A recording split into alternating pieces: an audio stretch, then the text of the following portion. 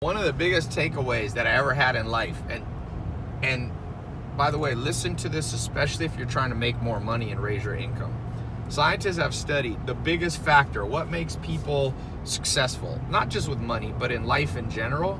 And there's a few things. This is part of kind of my 67 steps if you've never been in that program. But one of the things is awareness. And I'm not going to talk about that now. I've recorded on this what I learned about awareness. You know, I'm flying home now from the farm here by Joel Salatin, my first mentor. I'm flying to LAX, so we're driving to Washington DC to catch a flight. But what I wanted to say is, number two, interchangeably as important as awareness, is something called conscientiousness, and they kind of blur together. So in some ways, awareness is a subset of conscientiousness. So what I want to talk about for 1 second is, if you want to make more money, you raise your conscientiousness. Not just work harder, not just get a better college degree, not just get a better diploma, piece of paper. Forget all that. I'm going to the core crux of the matter, the heart of the matter, the root of it. And some people are conscientious and some people aren't. And I've never met someone successful that's not highly conscientious, that doesn't have a superpower of conscientiousness. So I got to explain this, because this is something they never teach in school. No parents really teach their kids anymore. They used to teach this 100 years ago, but it's zero. You learn algebra and dumb stuff that you'll never use in your entire life. Now, maybe you'll learn algebra. 1% of the population becomes engineers. The rest stop teaching calculus in high school. Have you seen kids nowadays? You think can think through life's problems? No. But here's what conscientiousness is. It's 4 things, and I'm going to add a 5th one. Scientists give it 4. I'm adding one. Prudence, which means the ability to make wise decisions. Prudence. We all have that one friend that's an idiot. If they could have a choice between 2 options, they have a choice between dating an awesome person and an idiot. Oh, I gotta date the idiot. That's low prudence. There's a choice between 2 career paths. They pick the stupid one. They have low prudence. So that's the first thing.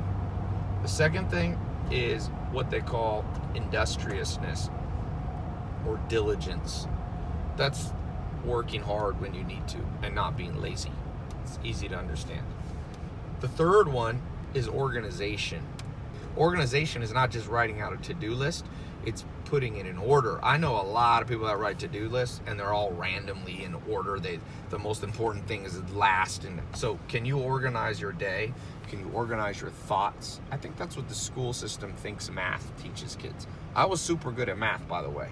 It didn't teach me anything about being organized brain, really. Maybe a teeny bit. You get a 10% boost from being, but forget math. Get common sense and you'll be good. You can pay somebody else to do the math for you. You can pay an accountant. You think I do my own taxes? No. You think I build my own bridges? No. You hire engineers. So that's the third thing. The fourth thing, and this is a big one, is called perfectionism. That means, do you double and triple check your work? You know, this world is full of people that just go, they do, you give them an assignment, they do it, and then you're like, do you think it's done right? And they're like, yeah, probably. No, probably. Check the damn thing.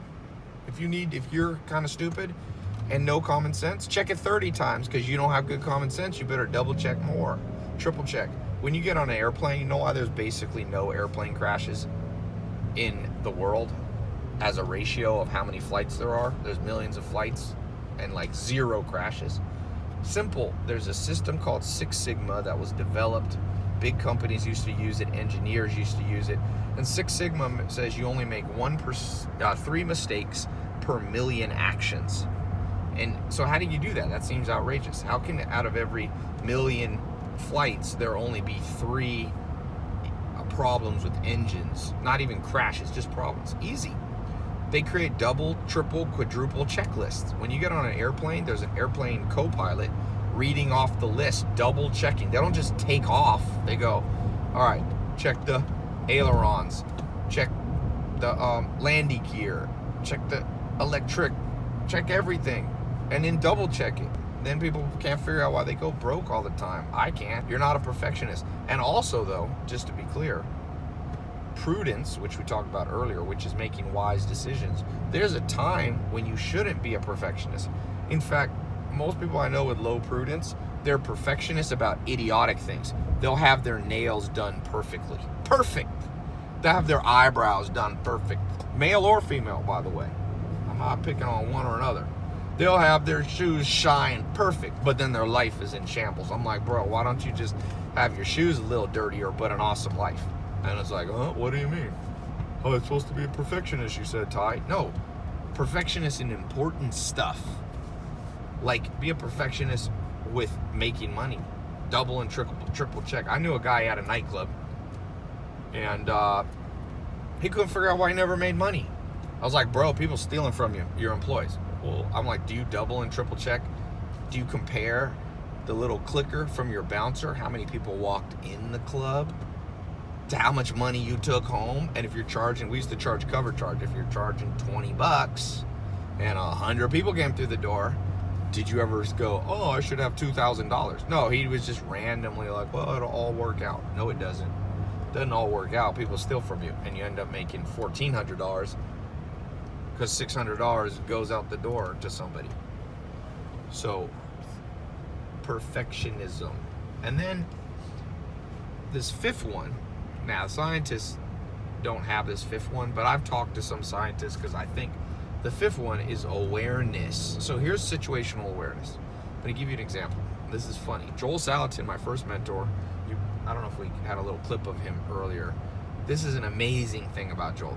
I swear I should make this his own video. So, Joel is the most situationally aware person. He's not daydreaming. He's not, he's not planning 33 years out from now. He's paying attention to what he's doing. Now, I've had this save my life before, especially working around heavy equipment. I've had people almost killed that I bring from the city to a farm because they're not situationally aware. We're putting up huge 8-foot, 300-pound posts, and they're like looking at their phone, and we have a little, like a winch holding it up, and the winch unsnaps and the pole comes, and I'm like, oh my God, pay attention. And here's a story, 2 stories. One, when I was 19, I was walking through a field with Joel Salatin, daydreaming, because I was from the city, and people in the city are told that daydreaming is such a wonderful thing. Yeah, once in a while, if you're Albert Einstein, it is. But even Albert Einstein paid attention to what he was doing in the moment. He came up with the theory of relativity equals MC squared while he was working at the post office 10 hours a day, sorting mail, paying attention.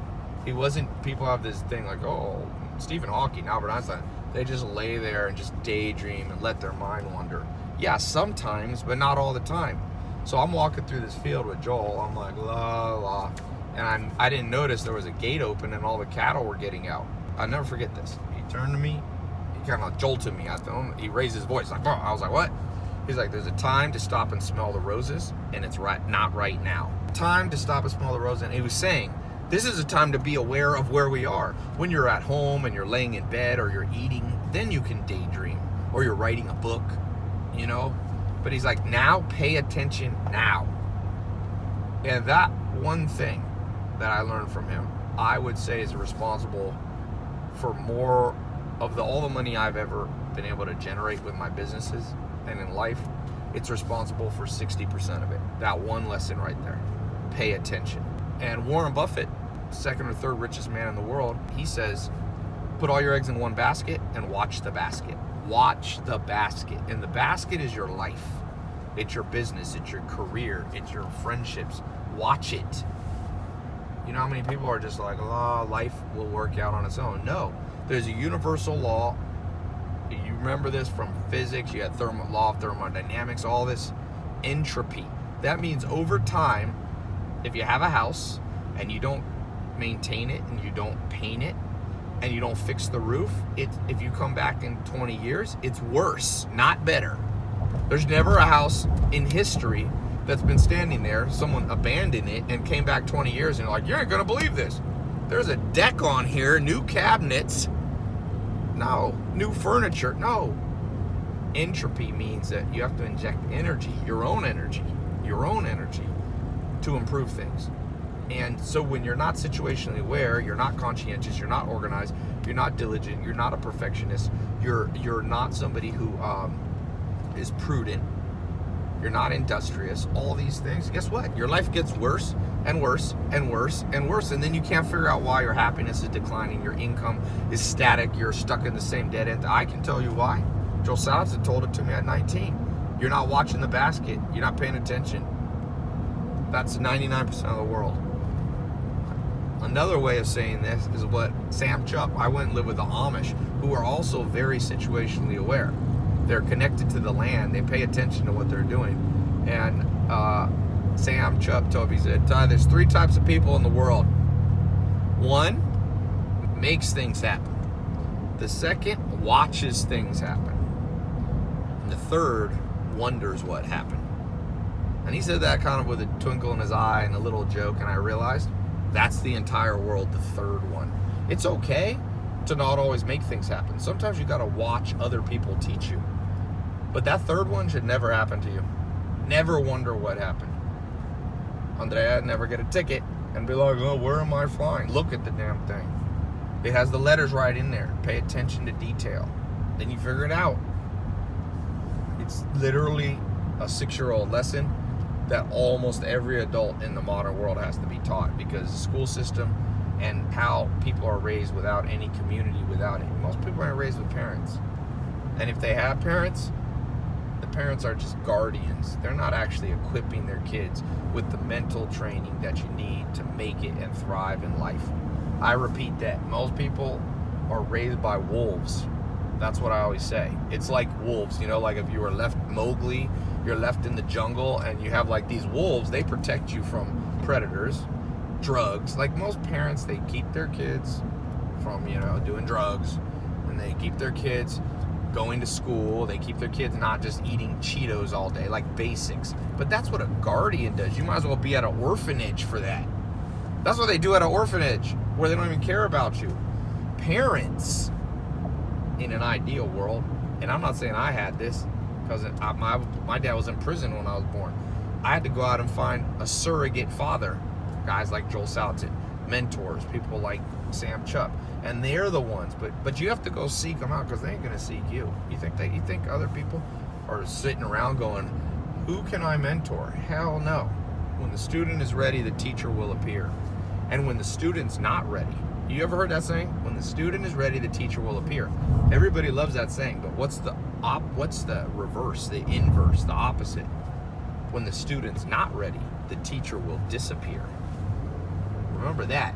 That's the negative side, but true. The teachers leave when the student's not ready. So you better make yourself ready for this, what I'm talking about now. Be conscientious. Be that person that's reliable. And I'm not doing it in some cheesy way, like give your best.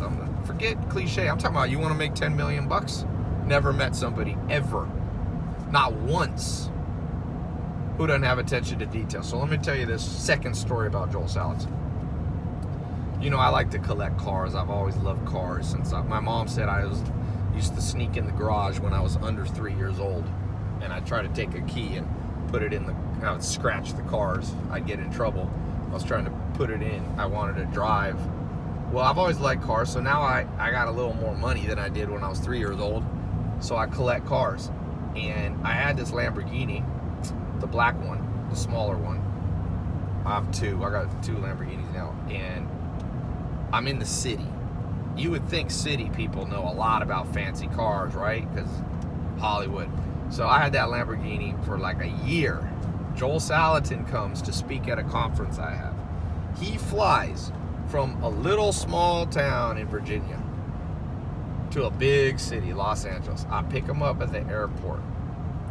First thing he does, I picked him up. I happened to have the Lamborghini. I wasn't even trying to pick him up in it, but I was like, I don't know, picked up from service shop or something. He walks up to it and he goes, "This is an interesting car." And he starts noticing 10 things about that car. He's like, those are probably like 24-inch, the wheel width. Oh, wait, I see how they put that the way that, I can't even remember what it was. He said basically it's an engine on axles. on just a frame, and that's why it's so fast. And he talked about it for 10 minutes, and I thought, oh, I got all these people that watch my videos of Lamborghinis, all these kids that are like, we know a lot about cars. Joel, simple farmer, observed more things about that car. To this day, not one person has ever said, and Joel's not even really a car guy. He's just observant. That's situational awareness. Another example, when Mark Cuban was over at my house, some of you, a couple million of you have seen that video. Well, he was at my house for a long time, but I only posted on YouTube like 20 minutes of it. But the most situationally aware person to ever walk at my house where I live, my Knowledge Society headquarters of my business in Beverly Hills, was Mark Cuban. The dude walked in, he noticed so much stuff, it's hilarious to this day. Now, this is a billionaire, the guy from Shark Tank, the owner of Dallas Mavericks. He walked through, he's like, why do your doorknobs work like that? I forget what it was exactly, but he like 7 things he noticed. To this day, I just had 350 entrepreneurs at my house. They want to be entrepreneurs. Not one person noticed any of the stuff that a billionaire did. You make money when you're conscient. The dude pays attention. That's why he made, what's he worth? $2-3 billion? How'd you like to have $3,000 million in your bank account? I don't know if he's all cash, but that's what his net worth is. It's a lot of money. And he earned it by doing stuff that most people won't do. And we live in a world, it drives me crazy. A lot of you seeing my Instagram and Snapchat now, I got a couple different ranches, farms. Why am I there? Because I gotta get away from it, because it's like poison. You gotta cut out bad social circles that teach you stupid habits. This modern world, just like Sam Chupp, the Amish guy, told me, 3 types of people. People who make things happen, people who watch things happen, people who wonder what happened. If at any point in your life you're wondering, you're like, I'll give you an example. I wonder why Donald Trump is president. Figure it out. Figure out the psychology. Quit being a Republican or a Democrat and be an observer of life. God, if I have to hear one more novice give their stupid political views that know nothing, these are people, most people who talk politics, their life is in shambles. I'm like, why do I want to listen to your opinion about a complex entity like running the United States when you can't even balance your bank account, dude? Shut up.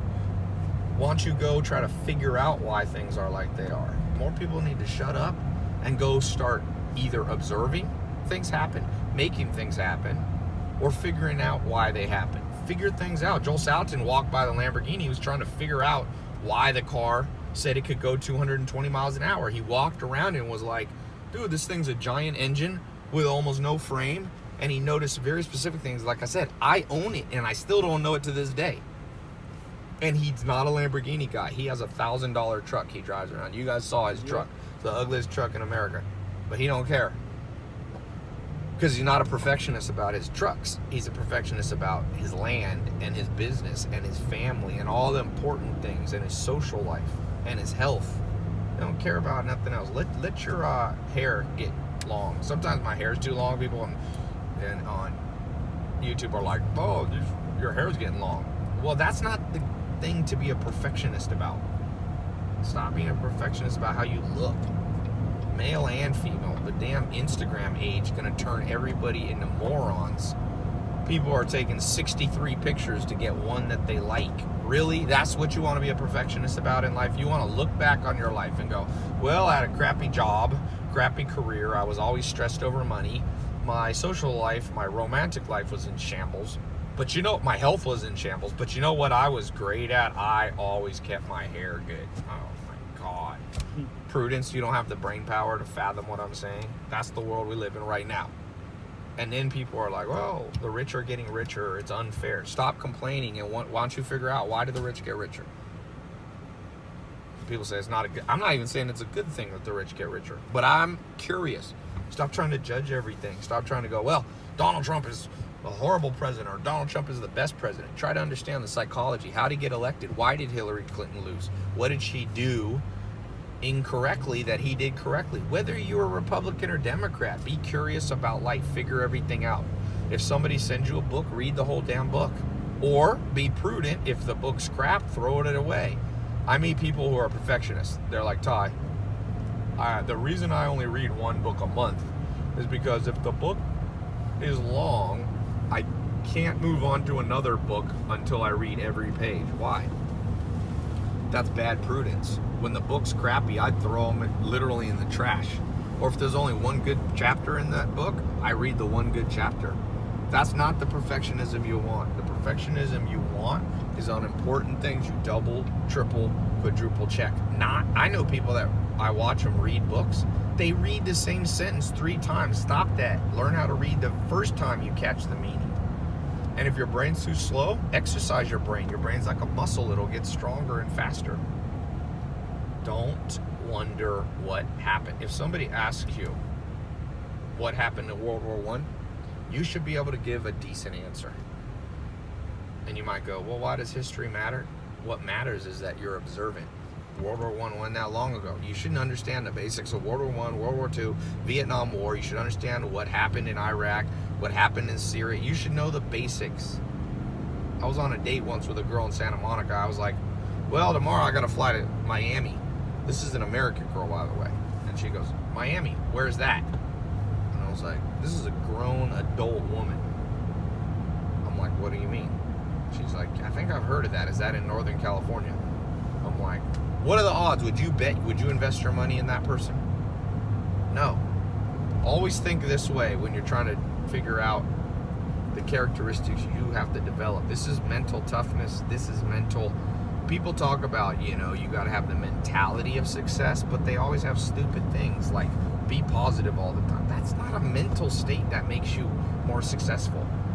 Being a realist is better than being an optimist or pessimist. I don't know why. I've been trying to tell people that for years, and it's like, it doesn't compute. You have 2 schools of people in the world. They're either hyper pessimists, like, oh, the world is so bad, and the rich gonna tear from the poor, and Donald Trump's president, and everything's bad, so they're like that. Or they're like hyper optimists, like, Tai, I will be a billionaire. I'm an idiot now, but I will envision it. I've spoken it into existence. It will happen. Really? You're fat and you're going to be like, I will speak skinniness into existence. No, you won't. You'll go to a damn gym. You'll get a personal trainer. You'll get a mentor. You'll get social circle right, where you're around people that go to the gym, so that there's social proof and social pressure on you, and then you'll get in shape. It's not pessimist. Some people are, oh, my mom was fat, my dad was fat, I'm just big bone. Now forget that. Stupid. And we live in a world that reinforces stupidity, and then people can't figure out why they don't like their life. Depression is functional most of the time, not always. Dr. David Buss taught me, he's like, there's multiple reasons why you want people to be depressed sometimes. Depression teaches you don't do the thing that made you depressed before. Just like sticking your hand in a fire, would you want to turn your nerves off? So I asked my grandpa, so when I was 5 years old, he died a little bit after that. He was a scientist. I said, Grandpa, why do we get hurt? And he said, you have nerves all throughout your body, and it connects to your brain, and it makes this almost like an electric shock. It's not an electric shock, but it's equivalent. And I was like, well, why don't we just turn them off? Then we could be happy. And he goes, no, that's what leprosy does. There's a disease. When I was in India, I went to a leper colony. They lose the nerves. And guess what happens when you lose nerves? You start bumping into things. You start putting your hand on a fire. That's why most of them lose part. Like in India, there's people with no nose, no fingers is a common thing. Leprosy is more complex than this, but that's one of the things that happens. So we live in a world where people are trying to be like, don't be depressed. Don't have regrets. You hear that, no regrets. What do you mean no regrets? No regrets? Then how do you learn anything? It's a stupid piece. It's like turn off your nerves. Regrets are the mind's emotional nerves. Now, there are people that are hormonally or chemically imbalanced, a percentage, but it's not most depressed people. Most depressed people, it's a continual signal from your brain going, you're living a crappy life. Switch your job, switch your career, switch your social circle, move, take action, stop procrastinating. And most people just ignore it, but the brain keeps sending the signal, and I'm not a psychologist, but I'm telling you that Dr. David Buss is an evolutionary psychologist, Harvard professor, now University of Austin, who wrote the textbooks. I got that word straight from him. He knows what he's talking about. I'm regurgitating what he said. So don't try to argue with me on this. I always get people argue and go, oh, most depression is because it's not their fault. Well, I mean, nothing's our fault. I didn't ask to be born. My mom had me. So I guess I could just say everything. Like, it may not be your fault. It may be someone else's fault who did something wrong to you. I get it. But if you don't fix it, you still have a crappy life. And whoever caused the problem, they definitely aren't going to fix it. So you could blame, people blame the U.S. economy. Oh, the government's making my life worse. I had a relative like this. He was a little lazy. He didn't have a job. He was broke. And he goes to me, well, I said, why don't you get a job? He goes, I can't. The government he is a conspiracy theorist. So I'm like, well, okay, let's say you're right. Let's say it is the government that's holding you back. And you hate your life now because you're broke under financial pressure. So I go, so as far as I can tell, are you waiting for the government to fix it? Because you just said they're the problem. That's like going to a doctor. They screw up the surgery. You're like, oh, I'm in pain. And I'm like, what are you going to do about it? Oh, it's that damn surgeon. Okay, what are you going to do about it? Oh, I'm going to go back to the same surgeon. I'm waiting for that surgeon to fix it. That surgeon ain't going to fix it. If he's stupid enough to leave the utensil in you, go back to a different person. I wouldn't go back to the same doctor. There's doctors that don't pay attention. They chop people's wrong foot off in surgery or, remove the wrong organ. I wouldn't go back to that person. So if you're blaming the government for your financial problems, or you're basically blaming the education system, which, by the way, is to blame, you can't expect it to fix it. People hate the modern education system, and then they go to college, which is the modern education system, and sometimes it works, and a lot of times it doesn't. So I'm like, why would you go back to the same? Albert Einstein said, you can't solve a problem with the same mentality that created the problem. Einstein, the dude was smart. Listen to him. Forget what I'm saying. I'm not as smart as him. You can't solve. So if the education system caused your problem, you have to go outside of it to fix it. That's why I went to mentors instead of college, because I had already gone to high school and I realized I wasn't equipped with all the life skills and the mental skills and the financial training and all those things that I needed to make it in life. I didn't learn about habits. How come the school doesn't teach about habits? All your life basically hinges on habits. There's a great book on this called The Power of Habit. And it's a scientific book, but I can summarize it for you. Basically, the quality of life is based on your habits. Your brain is created or adapted to quickly fall into habits for a good reason. There was a guy, I think it was in the 1800s, he had an accident. He hit his head real hard, and he destroyed the part of his brain that could form habits, good or bad.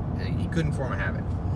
And he had the worst life because every day he would go put his shoes on, for example, look down at his shoes and go, well, do I do the right one or the left one? And he had to spend 2 minutes thinking about it. Normal people who don't have brain damage, we create a habit. You probably don't realize it, but you have a habit probably of how you put your shoes on. Maybe you put your right, and that's a time saver for your brain, an energy saver. It saves glucose. Glucose is the sugar in your brain, and your body wants to conserve it. So we're adapted to quickly fall into habits. So all of your life quality or your life suffering is around mental habits. That's why two people can go through the same bad life and one thrives and one fails because of the habits that they form. And so everything I've talked about today, like to be aware, that's a habit. Joel Salatin's not just aware when there's a Lamborghini. He's aware when there's a huge post about to fall down. He's not daydreaming and going, oh, I wonder life might, they said enjoy life and smell the roses. Yeah, smell the roses till you get smashed. No, smell the roses when it's time to smell the roses and focus on now when it's time to be in the now. And the only people that kind of talk about this are like Eckhart Tolle books like The Power of Now, or I meet people going, oh, I meditate to stay. And that's not what it means, by the way. Situational awareness. I know more weird people that meditate. Now, I do think meditation is good, but it ain't gonna fix as much as people think. It helps some people. Dolph Lundgren, the guy who was in Rocky IV and Expendables, you know, the famous actor, I'm friends with him, and he told me that meditation has helped him a lot, but it'll only take you so far. And doing yoga only gonna take you so far. Trust me. You know one thing. That's like saying your arm is cut and all you need is one Band-Aid. You might need a lot of stitches.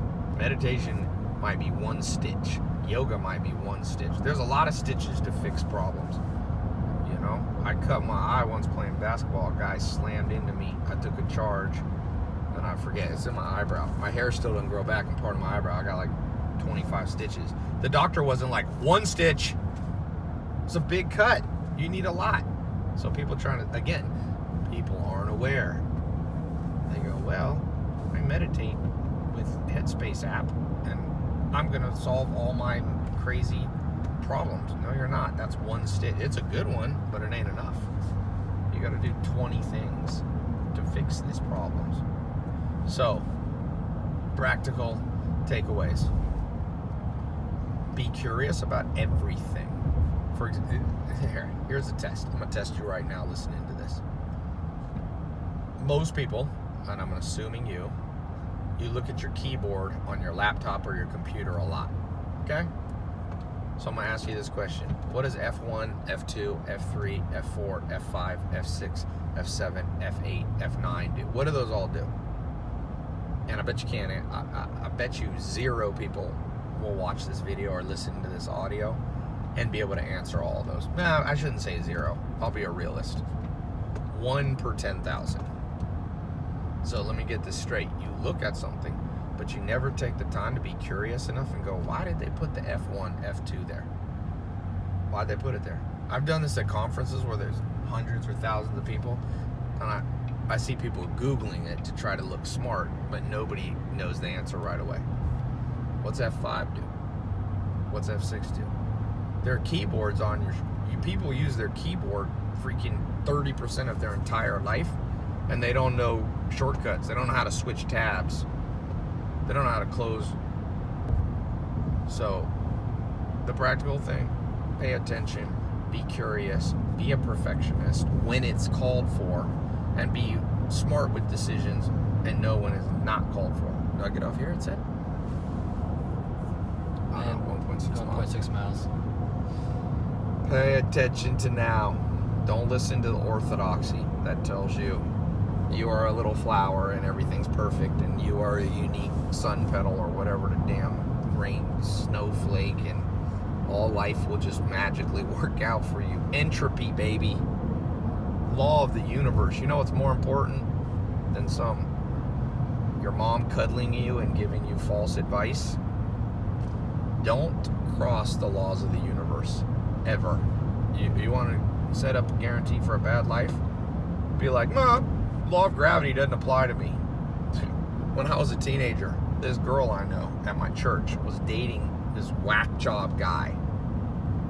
And the dude was trying to show off to the girl I know. I won't say her name in case she's listening. So he climbed up a telephone pole to show off. He was a little drunk, I think. And went to hang out on the wire. Don't even ask me what this was in this joker's head. I think he wanted to show he could like hang, or I don't know what he was doing. You want to know another thing? This reminds me of this truck. Point of this truck. This dude, you've been alive that many years. You don't know how to get on an on-ramp. It's hilarious. I'm gonna prove this to you. Driving shows you what people's mental state is at. So, next time you're on the freeway and somebody's getting onto the highway, watch how people struggle. There's people that will come and go the same speed as you and be like, hey, get over. Well, you're not supposed to change. They're supposed to change. Go faster or go slower. It's crazy how few people know that. If you can't get around somebody, hit the damn brakes and come behind them. This dude here almost crashed into that car because he couldn't press the gas or press the brake. Don't show his face.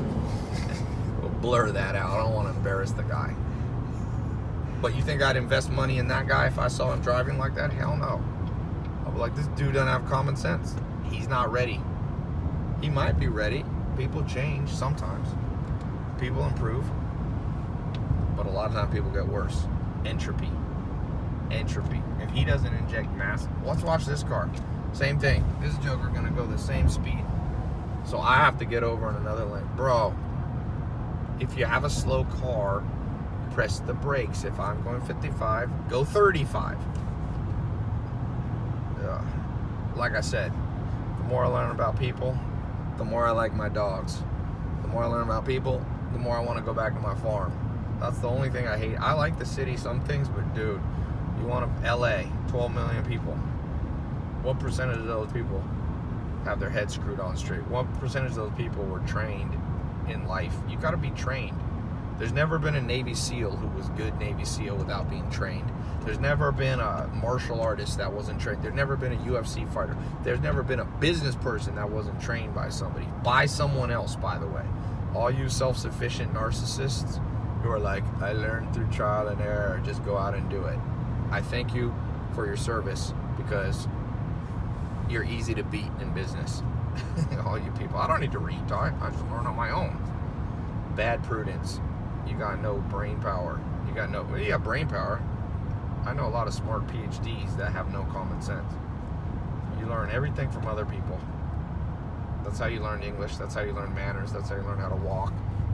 You observe others and you ask some questions and you learn by osmosis. Driving, boy, driving tells you everything. Go drive in LA. You're like, okay. This, everything's a microcosm.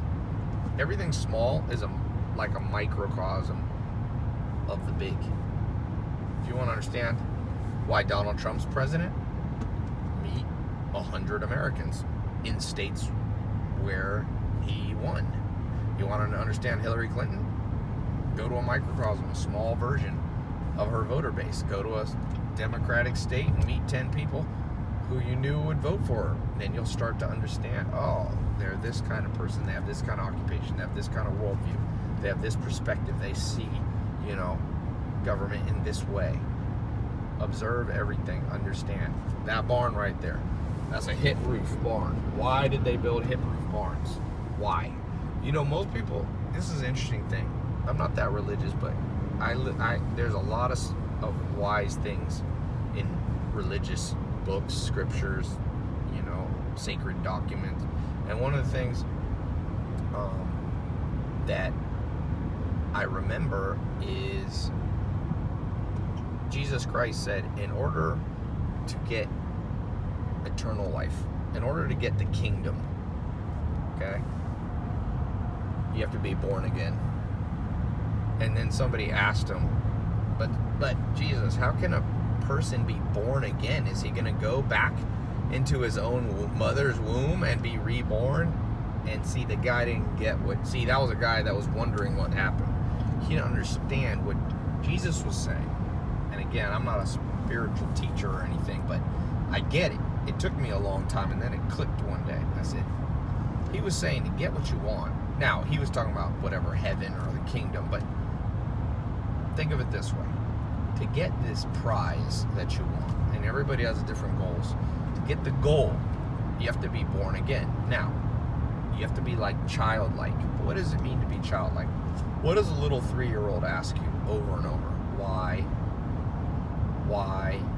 And most parents suppress that in their kids. They're like, don't ask so much whys. Don't say that to your kids.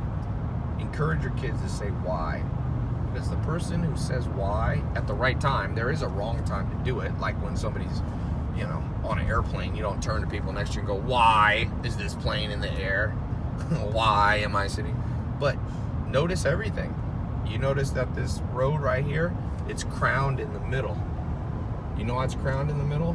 Because it rains a lot here on the East Coast, and the water that way runs off. If you don't crown it in the middle, it'll pool in the middle, and you'll get puddles. Why? Sometimes I've asked myself, why is that grassy median right there? That looks like it's about 30 25-ish feet, maybe 25 feet. Why'd they pick 25? And in some places it's only 2. Pine trees right there in front of me. Why do pine trees not lose their leaves in the winter? And regular trees do. I can name every tree in there. People drive by trees, ask what they are. It's because I went through a point in life, I was like, I'm gonna find out what every tree is. There's a willow's trees right there. I can also name almost all those grasses. Those are sedges right there. Those ones sticking up. That's bull thistle right there. There's fescue and orchard grass and plantain and burdock, and that's a sumac tree. Pay attention. It doesn't have to be just about nature. That's how you make money. That's how you also impress people. People always ask me, how do you get a mentor? Don't be stupid. First rule. When the student is ready, the teacher will appear. And when the student's not ready, the teacher will disappear. So if you're stupid, and here's the definition of stupid. I'm not talking about book smart. I'm talking about if you drive by the same thing every day of your life and you never ask a question why, that's a locust tree. It's a legume. Do you know what a legume is? People should know what a legume is. You eat them. Beans are legumes. Why are they important? They fix nitrogen from the air. Understand, pretty much, don't wonder what's going on in your life. Like I was telling earlier, why did the rich get richer? Because most people look at that as like some conspiracy theory. No. 2,000-year-old principle. Jesus Christ said this 2,000 years ago. He said, the person who has, more will be given to them. And the person who doesn't have, even what they don't have, will be taken away from them. Now, I'm not saying that's good or fair. Forget good or fair. It's the way it is, damn it. Is it fair that a lion eats a sick antelope and the antelope doesn't get to go to the hospital? Where's all the damn people complaining about that? That doesn't seem fair to me, but we don't live in a world that's fair. We live in a world that has a natural progression and a natural order. I'm not saying you shouldn't help the poor. I think you should. I'm not saying the rich should just get rich and 10 people should own everything in the world and everyone else should be serfs. No, but I also know this. Who the hell are you complaining to that the rich are getting richer? If you're mad, the rich control government. So you going to appeal to government that's run by rich people to make it so rich people won't stay rich? Come on, man. Do you think rich people are going to vote themselves worse taxes? No. They're going to vote themselves better taxes. And there's some countries that pull it off, socialist countries, Sweden, Norway, Europe. But if you're in Europe, be like, wait a second. We're not like America, and everything isn't perfect. So maybe the problem, maybe socialism doesn't fix everything. I mean, people in Sweden or whatever, and people are like, just gun control, controversial topic. Quit picking sides and really research it with an open mind. I'm not going to say, I don't want to influence. I have my opinion, but try to research it. Don't just pick a side. That's a mental laziness habit.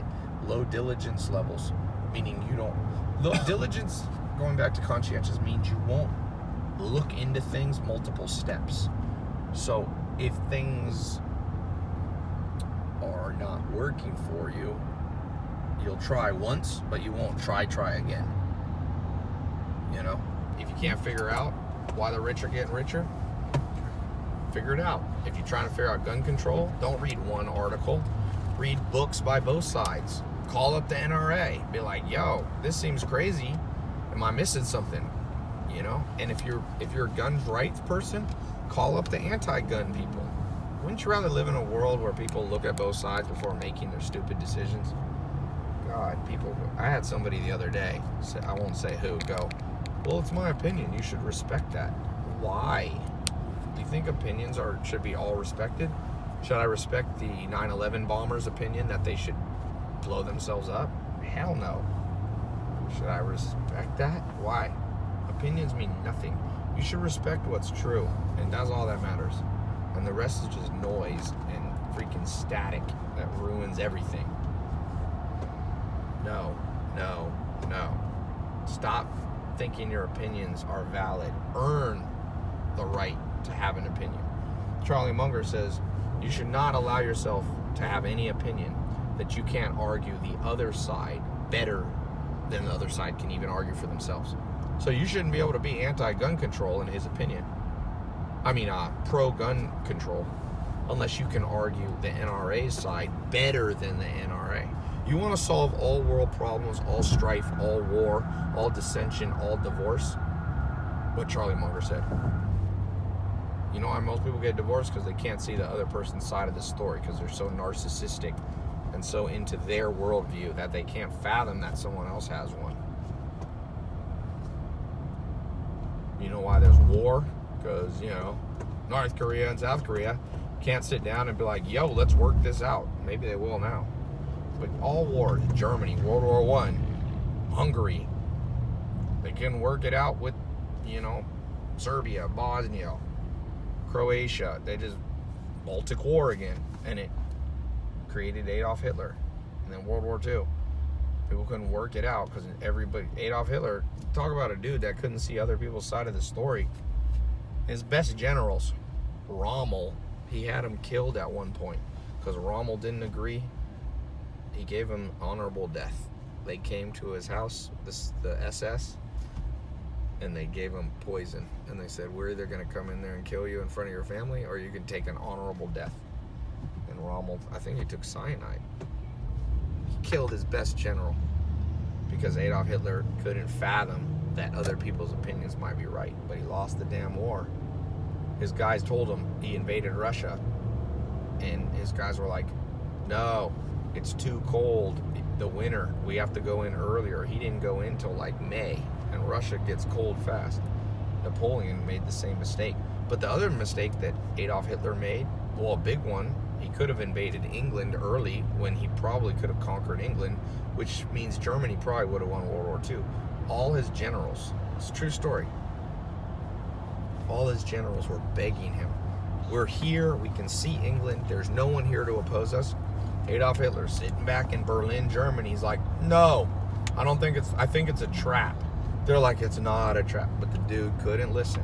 So that was probably good, actually, for human history, that dictator was somewhat moronic, but think he caused the death and displacement and casualties of 250 million people. My grandma included, who's still alive. My grandma talks about World War II every single day. It affected her that much. And she escaped on a boat she was on a boat to America the day that Germany invaded Poland.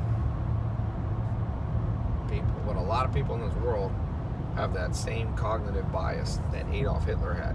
Just can't look into things. Like Adolf Hitler or any general should ask his other generals, that seems opposite than I'm thinking, but what makes you say that? Those are magic words. You write that sentence down. When someone says something that you don't think is correct, and they're a smart person, now if they're an idiot, you can ignore it. But if they're a smart person and they have an opposite belief of you, what you should do is go, that sounds opposite of what I was thinking. What do you know that I don't know? What do you know that I don't know? Those are the magic words of life, man. You meet some rich person and they're making more money than you, and instead of going off into your rant about wealthy ruining the world, why don't you ask them, hey, what do you know about making money that I didn't learn? Like, I swear, you go ask 10 people that, you make more money this month, this week maybe. You ask 10 people who know how to make money, yo, what do you know that I don't know? They'll start telling you stuff. They'll start revealing their inner secrets that they hardly told anybody. Ask and you will receive. Seek and you will find. Knock and the door will open up. Don't be stupid, I guess is what I'm trying to say in this whole video. Don't be stupid. And then everything gets fixed. And it's not book smart or book stupid. I love books, but that's not the determinant. That's not the driving factor. The driving factor is your mentality. Your mindset, your worldview determines everything. That's why 2 people can be born into poverty and one rises out and one doesn't. That's why, I read a book once that blew my mind, and it was Helen Keller's book. Let me just explain this lady's story if you forgot. Helen Keller. Now, I know I wasn't born into a great situation. My dad was in prison. My mom's a single mom. We're in kind of a rough part of Los Angeles, Long Beach. Helen Keller is born. She can't hear. She can't see. She can't speak. Okay. 3 big things. Hear, see, speak. She's born basically, when she was 18 months, she had a fever, like meningitis or something. That's what caused it. She's in, somehow, I can't remember, unfortunately, this full story, but I think she was somehow abandoned by her parents or left to like caretakers. This is before there was Braille. This is before that people cared about handicapped people. Now you have a lot of support for handicapped. We're talking, 1800s. They thought that it's just like afflicted. They're gonna like leave her. So she goes. She struggles. Obviously, she can't communicate. She's in darkness. She can touch things. That's it. This lady writes more books than you or I have written. Just let that sink in for a second. She writes more books than you or I have written combined. I promise you. I think she wrote, I don't know, at least 3 books. She can't see, hear, or speak. She created her own language called Braille. And then I meet people who are like, "Tai, you don't even know what I've gone through." I'm like, "Bitch, have you been through what Helen Keller went through?" No? Okay, well, she rose up out of it. So shut your mouth and go do stuff. That's what I feel like saying. I don't always say that. And to myself, I say that too. Sometimes I feel sorry for myself. I'm like, Tai, don't be a bitch of your own brain. Helen Keller wrote 3 books and couldn't see. What's your excuse? What is your excuse? Just ask yourself, in light of those new circumstances, what are you complaining about? What's wrong? Your mommy didn't tuck you in enough? The government didn't send you a big enough check of other people's money that earned it and they're not sending it to you? Oh my God, tragedy. Forget Helen Keller. We should put you a damn pedestal and be like, no, you want to know true suffering? Let me show you true suffering. This person here.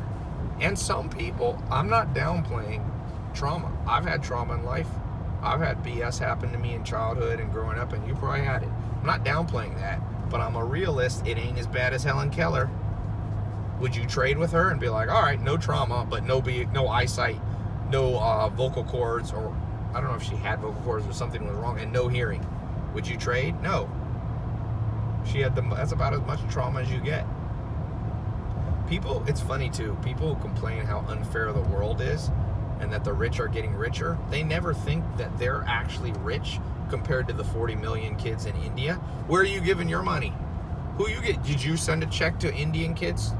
No, but you're complaining about how unfair it is for you. If you make 30 grand, there's a lot of people in India who make $14 a month. So $14 a month, they make roughly $250 a year. Okay? $250 a year.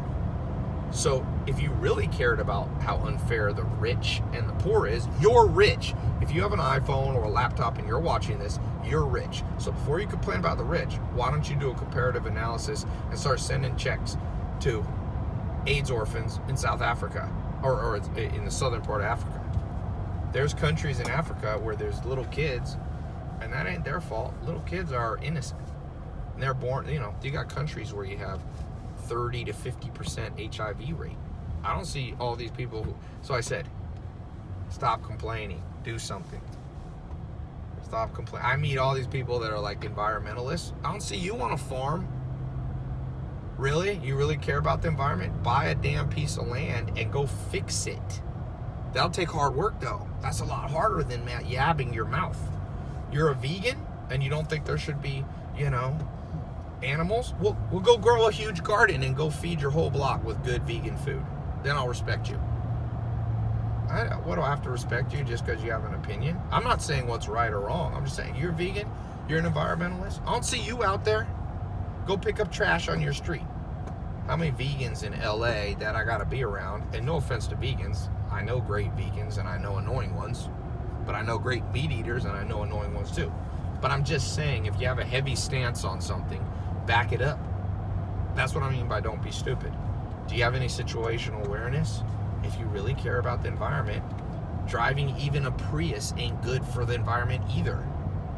You think the solution to improving the land is we should just drive Priuses around? Still burning gas. Ride a bicycle then. That makes more sense. Ride a bike. Ride a bike everywhere. Then I'll respect that environmentalist.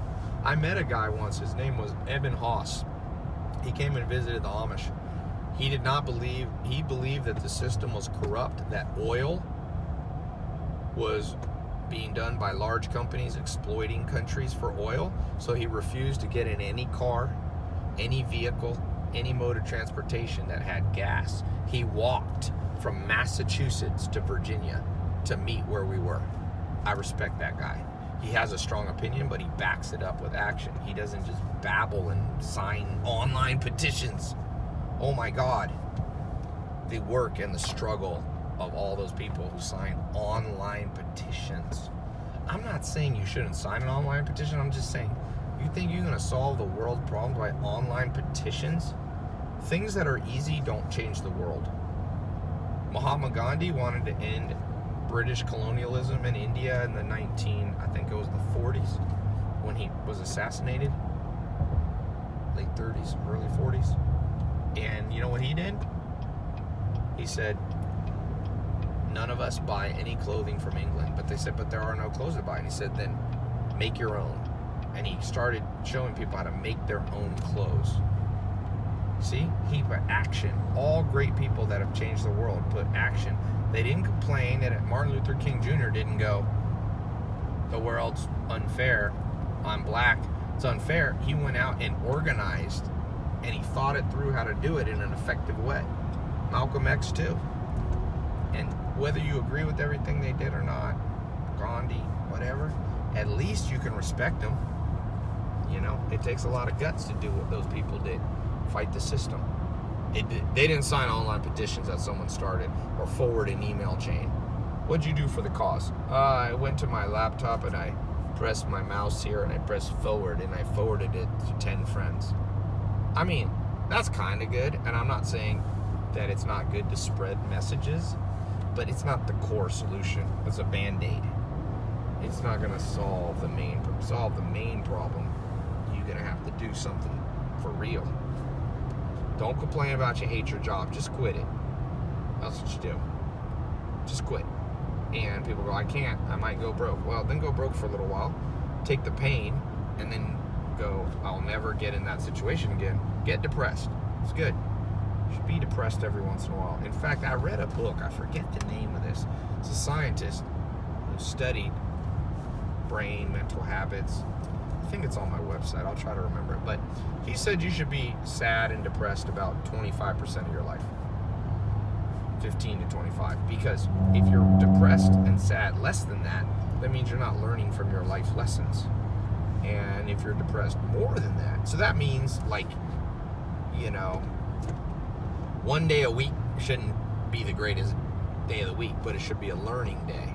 Maybe you're under stress because you're in a group where you're the dumbest person. That's stressful. Once a week, be in a room where you're the dumbest person in the room, because it's the only way to learn. You have to be dumber than the people around you. That's how you get smarter. Once a week, be in the gym with somebody so much stronger than you that you're fully intimidated and you're very looking at your body like, yo, what is wrong with me? Like, yo, I'm fat, I'm out of shape. And if you're in great shape, find somebody that embarrasses you. You want to make $1 million? Find somebody who would be embarrassed to make $1 million in a year and spend time around them, and then you'll learn. Law of 33%. It's a video I did, a TEDx talk that I did a couple of years ago. Everything that I'm telling you in this, you're not going to learn in school, but it's so common sense that's impossible to argue with. And I'm not saying because I said it, I'm taking a lot of these principles I've learned from my mentors. So if you argue with me, you're arguing with a lot of smart people. You're not just arguing with me. And I'm not saying I'm always right, but I'm saying so far in my life, I look back at the core principles I learned from people like Joel Salatin, Alan Nation, you know, or situationally from guys like Mark Cuban. I can't think of a time that those core principles were ever remotely wrong. And I can think of thousands of instances when they're right. So stop fighting this kind of stuff. Just go, yep, that makes sense. I'm going to do it. I'm going to do it. I'm going to simplify. I'm going to start paying attention. How far apart did they put the I-beams on that bridge? It's a great way, is literally look at everything. You know, what's RES do? Don't be driving in a car that you don't know what the buttons do. Next time you're on a web page, click every button. You go to Amazon. Today, I was buying something on Amazon. I went to my account, and I just started clicking through all of them because I was kind of like, I wonder what all these do. I just wanted to know. That's what you got to do. Just check every one. Every single one. I'm going to get off here and grab some food. Every one. If you got a boyfriend or girlfriend who broke up with you, don't just cry. Make a list. Be organized. What do I think are the 7 main reasons that they broke up with me? Oh, okay, I was too jealous. I was too controlling. I was too annoying. Okay, then buy a book on all those subjects. How to be less jealous. How to be less annoying. Ask 10 smart people who aren't annoying. Yo, I think I just got broken up with my ex because I was annoying. How can I be less annoying? And then do what they say. Literally, do what they say. Do what they say. And then if it doesn't work, ask 10 smarter people or more common sense strong people, not just book smart. North 17. You know, sometimes when I drive on roads, I pull up the Wikipedia for the road. 42 is a road that runs through 2 of my farms. And I was like, what's the origin? I remember Googling it. It was interesting. It made my life more enriched. When I drive down the road, I understand it. Understand that Jeep right there. Who owns Jeep? How much revenue does that company make? You want to make more money? Start figuring out company. How much does Jeep make? Who knows off the top of their head? No stuff. No stuff. 4x4. Why is 4-wheel drive better? Do you understand the physics? Google it. Here's the sad thing. Everything I'm asking you to do used to be hard to do because you used to have to go down to the library, check out a book, and find this out. Now it's on Google and it's amazing. Now there's Google and people know less than they did before Google. They really do. I think maybe it's just like, you're like, oh, I don't need to know anything. I can just Google it. Well, you have to hold some stuff in your brain as the raw materials to making smart decisions. If everything's on Google, you don't have enough in your subconscious. Fill up your subconscious with understanding the world. You know, understand right there, why in that flat area is the soil better than at the top of the hill? Why do locusts grow so much in Los Angeles? I mean, in Virginia here. Speed limit 55. It's actually interesting why they set the speed limit at 55. For every 1 mile an hour you lower the speed limit, this many thousand people less die.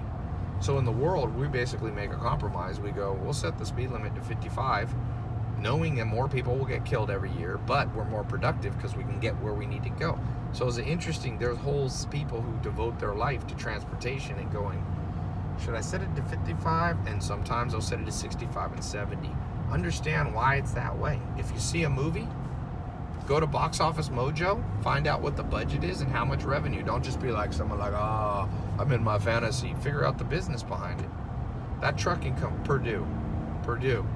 Why does this company right here control more food than almost any company in America? Purdue started in 1920. Google it. They have a freaking Purdue.com. And people go, Tai, I'm too busy to do all this bullshit. You too busy to make money? Because this is how you make money. When I meet people that don't know stuff too much, that they're like a deer in headlights and they're like, oh, well, I know they have no chance to get what they want, which is a sad thing. It's not like I take it happiness. I'm like, damn, I feel bad for this person.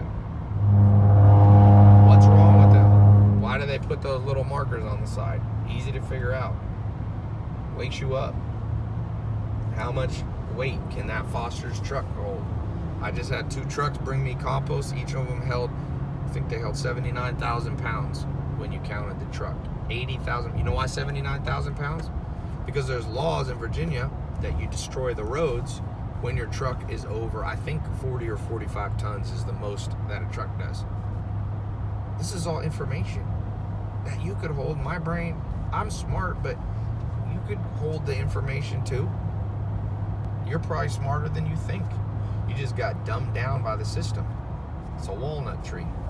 Why do walnuts grow here and not pecans? Frank was asking that. Pecans in Virginia, the part of Virginia that's up in the mountains, it doesn't have enough BTUs. Why are BTUs important? They're heat units.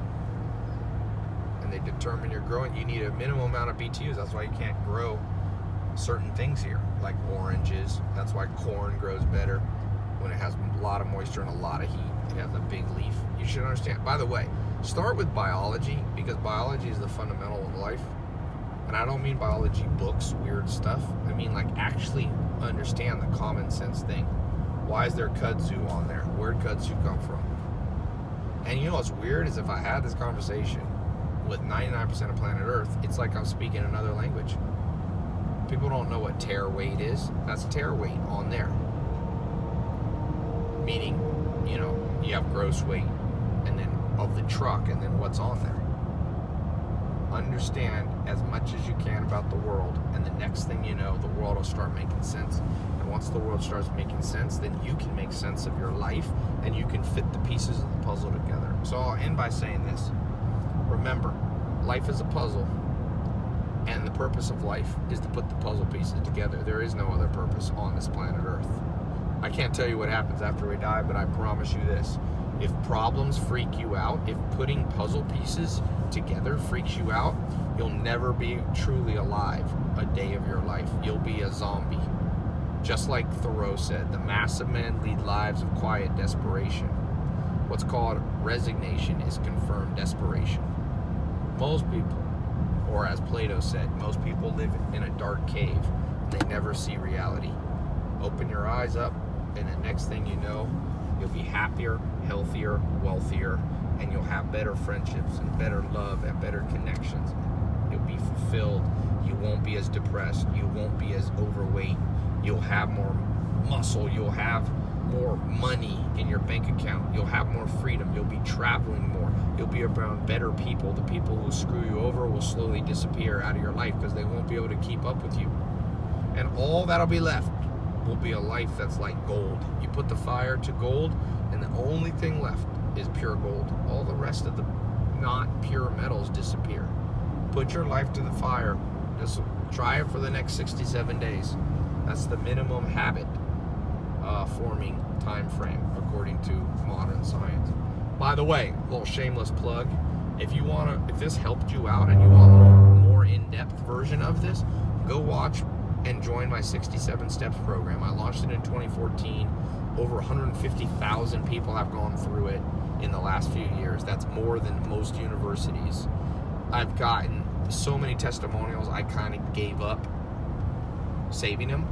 But if I walk down the street in a city every day, somebody comes up to me, a random stranger, every day, if not more than one, and says, that 67 steps changed my life. I also launched a follow-up version. It's 67 videos like this, but more in-depth, subject by subject. 67 things you need to know to get what you want out of life. The other thing I recently launched, you'll see this on my website, is the 12 Foundations. So if you're listening and you've never been through any of my stuff, you can go through the 67 steps. If you've already been through the 67 steps and you want to go to the next level, go and click on the link, tailopez.com, my 12 Foundations program. And it's a newer one. It's more, it's like my most up-to-date things, the 12 things that you are foundational to know to have the right mindset. 67 steps, start there. And then once you complete that, move on to the 12 Foundations. It's kind of like a bachelor's degree and a master's degree. And then I got some PhD level stuff, but you got to go through those two first. And then I have other stuff. So, tailopez.com. I hope this was helpful. We got to stop and eat before Mark has a heart attack. Film them back there. Need a little B-roll.